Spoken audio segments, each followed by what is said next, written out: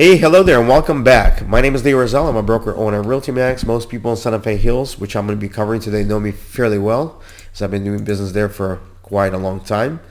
What are we going to talk about? The newsletter is out. Let me flash this here if I can do that. Boom. Okay, so the newsletter is out. You're going to see this.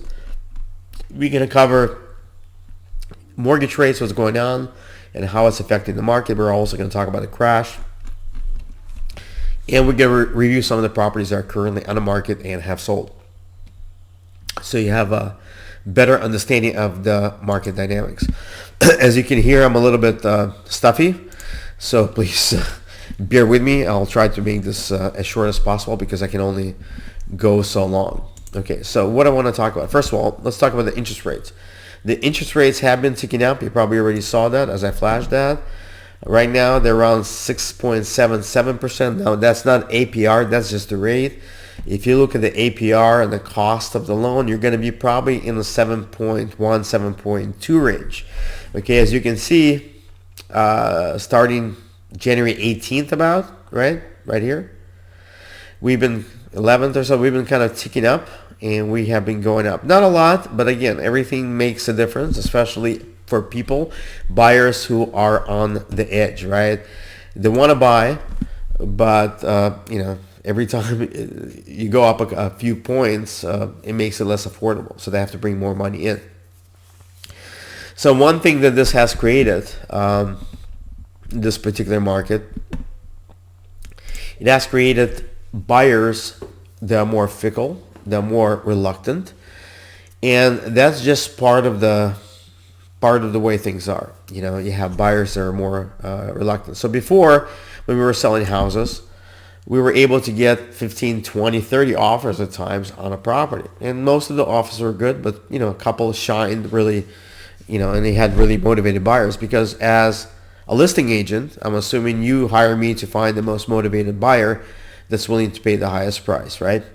So where before we had this many offers, now we're down to about 3 to 5, let's say that, if I do things just right. And out of those 3 and 5, to be perfectly honest, we have 2 that are really good candidates. The other ones are either dragging their feet, not really jumping up where they need to jump up. And I can tell because my job is to filter out, possible flags or, flag buyers that might be an issue or might fall out, 2-3 weeks from now because they're afraid now. Most likely they're going to come out later as well.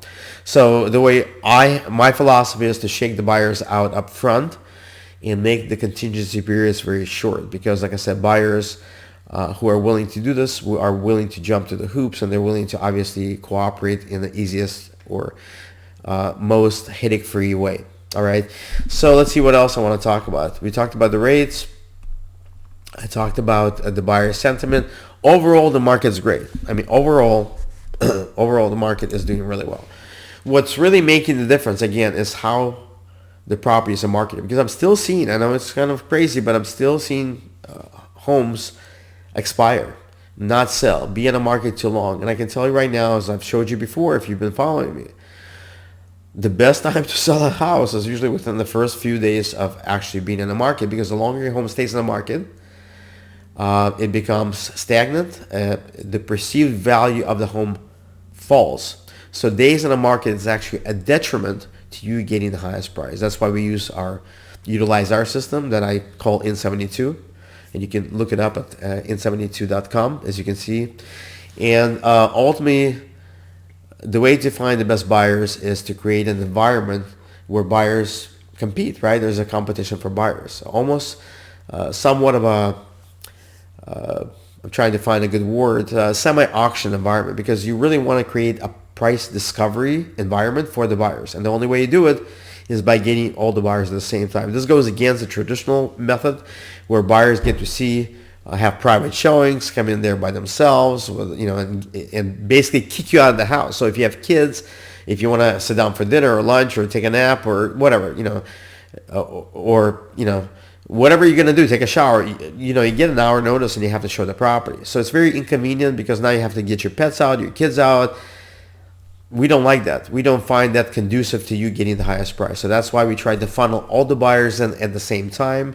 And then we try to create urgency as much as we can. Like I said, those are the psychological drivers we use, because ultimately we want to create the feeling of scarcity, fear of loss, urgency, right, and opportunity. And we do all that with our system. Like I said, if you want to know more about it, you can go to in72. Let me flash it up here if you can do it.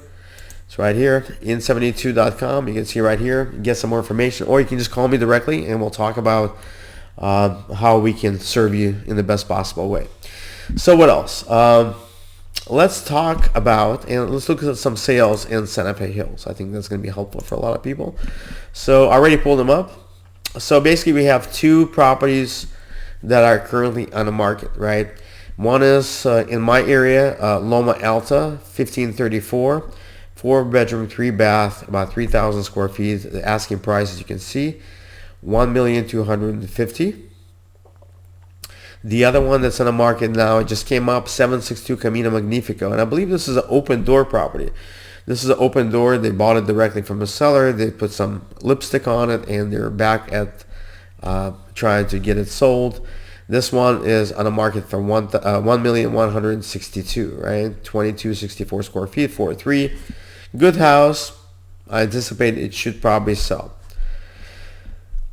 This one I'm not sure about, but time will tell. The other one that just went pending was on Avenida Abeja, 765.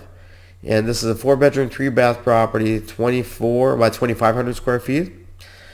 KB home, and looks like they were in the market for 8 days. $1,125,000 was the asking price, and they're currently in escrow. Another one that just recently came off.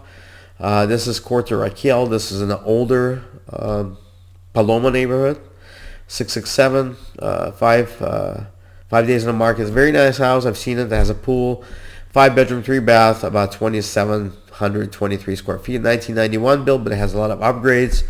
It was on the market for $1,275,000. So one thing I want to kind of emphasize here, buyers are looking for value. They're looking for things that are already in the property. The property's already been really done up to the T's.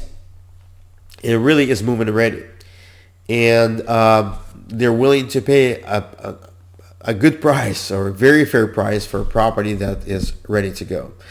Let's look at the one that just closed. This is 1263 Via Contessa.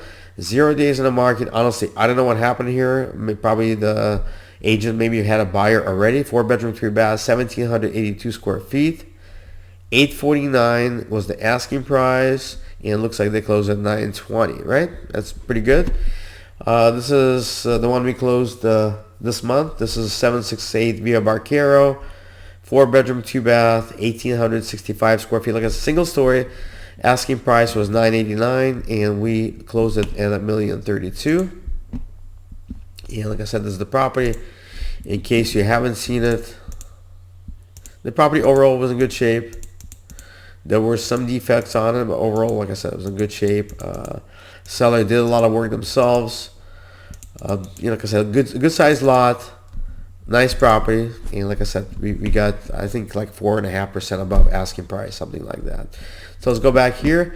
The last one that closed is 1205 Corte Encanto, older home, I guess, in the Paloma area of Santa Fe Hills. 9 days in the market, 4-bedroom, 3-bath, 1,664 square feet, $870 asking price, $861 closing price.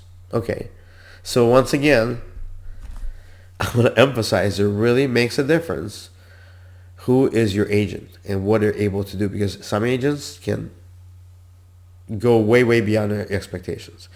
And if you look at my past results, if you look at my reviews, you'll see that that's exactly what I do with our system. I'm able to make things very convenient, very efficient, while maintaining your sanity and while getting you the absolute highest price your home can muster on the market. Okay, I think that's really all I want to cover. Let me bring myself back. So this is all I really want to cover. I think there's really nothing else. Just again, make sure you understand what's going on. Make sure you understand how the marketing and the market works. Make sure you get the best agent your money can buy, because like I said, it doesn't matter if you find an agent that does it for 4.5%, if they leave 3, 4, 5, 6% on the table, meaning you really didn't win. You may feel like you won because you paid somebody less, but you didn't win because you sold the house far from what the full potential was. So you really want to be kind of weigh that out, because as a consumer, I'm always, it's funny, I'm always on Amazon trying to save $5. I'm telling myself, what are you doing? But again, when we're dealing with commodities and we can get the same thing for less, I totally get it. Agents are not commodities, although in many cases they seem to be, because there's so many of them. But you really want to have an agent that knows what they're doing, knows the value, and is able to negotiate for you. Because I think most cases you really should be concerned when an agent just drops the rate to get your listing, because remember, in most cases you're not going to be there with the agent when he negotiates on your behalf. So if he's willing to drop his price that quickly just to get a listing, how quickly is he going to try to throw you under the bus, right? It's not his money. So think about that. It's a really important factor for you to factor in when you're getting agents, okay? All right, I think that's it. We're at about 11 minutes. Thank you again for joining me. And I think I'm ready to sign off, okay? Have a wonderful, wonderful end of February, and I'll see you next month. Bye-bye.